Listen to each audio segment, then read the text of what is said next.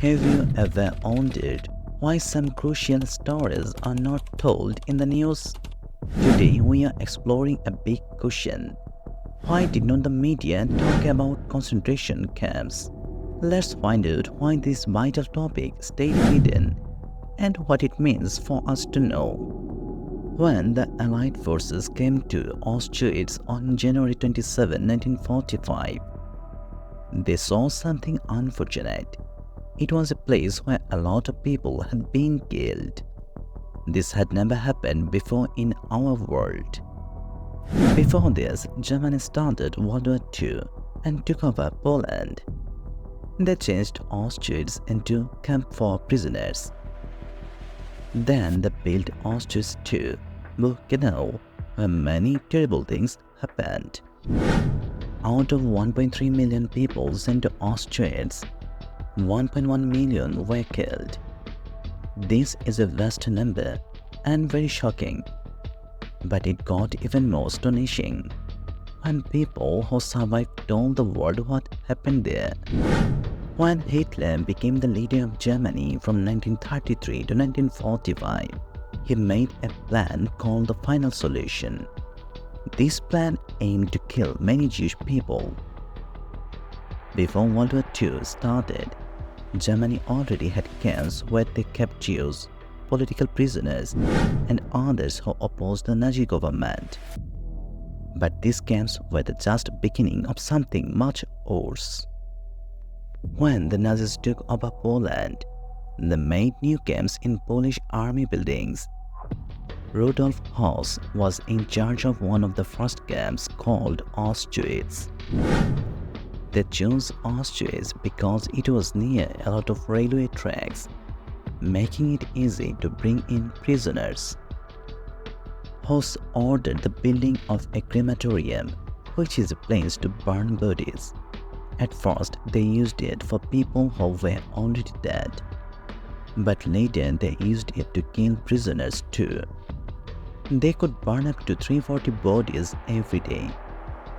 This showed how cruel the Nazis were and how little they cared about human life. The Nazis kept building more chambers like this and made a total of 5. When Himmler visited the camp in March 1941, he told them to make it bigger so they could send even more people to Auschwitz. So they built a second camp next to the first one called Auschwitz II-Birkenau and finished it in October 1941. The first camp could hold about 15,000 prisoners, but Birkenau could hold over 90,000. These vast numbers showed that the Nazis were starting and made sure Birkenau would become a place where many terrible things happened. Most of the prisoners were Jews, around 1.1 million out of 1.3 million. The other prisoners, about 2 million, mainly were non-Jewish, Poles, Roma people, also known as Gypsies, homosexuals, Soviet prisoners of war, and those who were mainly unfit according to Hitler's plan for Europe. The terrible things that happened to prisoners at Auschwitz are hard to understand. When the Soviet Red Army got there, they found a massive pile of shoes left by the victims. This picture shows how cruel the Nazis were and how little they cared about people's lives. Prisoners arrived at Auschwitz in crowded trains in awful conditions. But what happened to them there was even worse. When they arrived, they were given clothes with a triangle sewn on, showing their prisoner number. By July 1942, many of the people sent to Auschwitz were Jewish. Nazi doctors looked at them, and if they thought someone could not work, they sent them to shower rooms. But these showers were gas chambers where they killed people. They killed children, older adults, pregnant women, and those who were sick or weak. They used a deadly gas called Zyklon B.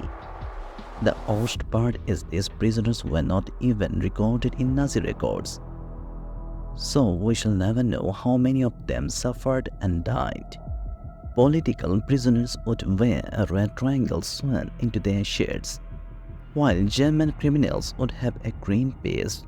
Prostitutes, gypsies, and the Roma would wear black, and homosexuals would wear pink.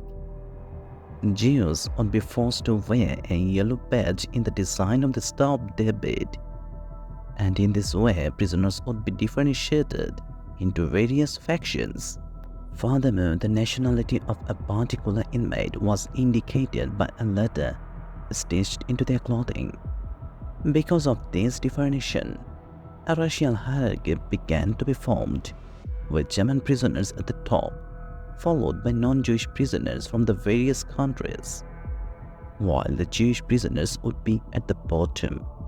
Those who did survive the initial gas chambers would be forced into a life of slavery, where many would die from overexertion, disease, and a lack of nutrition, and many more would succumb to the daily struggle that was life in Auschwitz.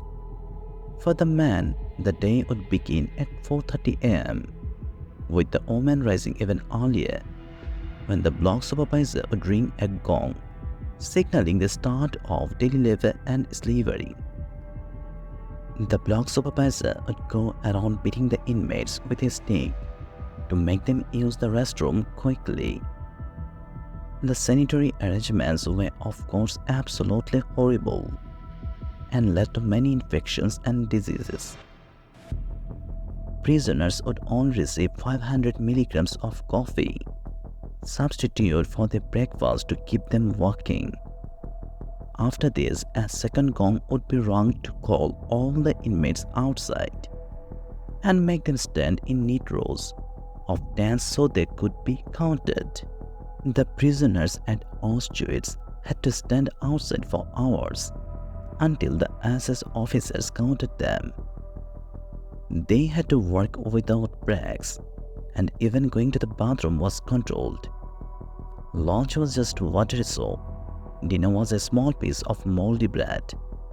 After work, there was another count where people could be punished. At night, tired and beaten, the prisoners rested and got their meal. But Jewish prisoners were not allowed any meal, so they did not hear from their families.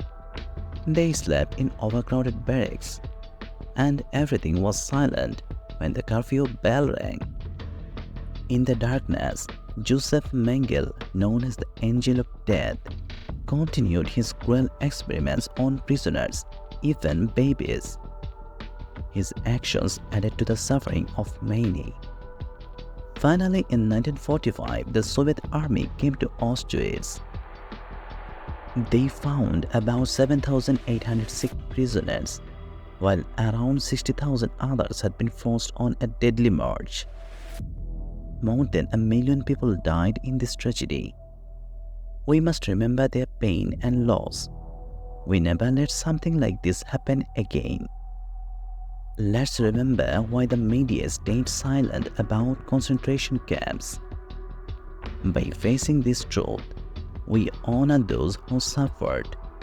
Let's strive for a world free from such horrors. Thank you for joining us. Let's keep seeking the truth, justice, and compassion.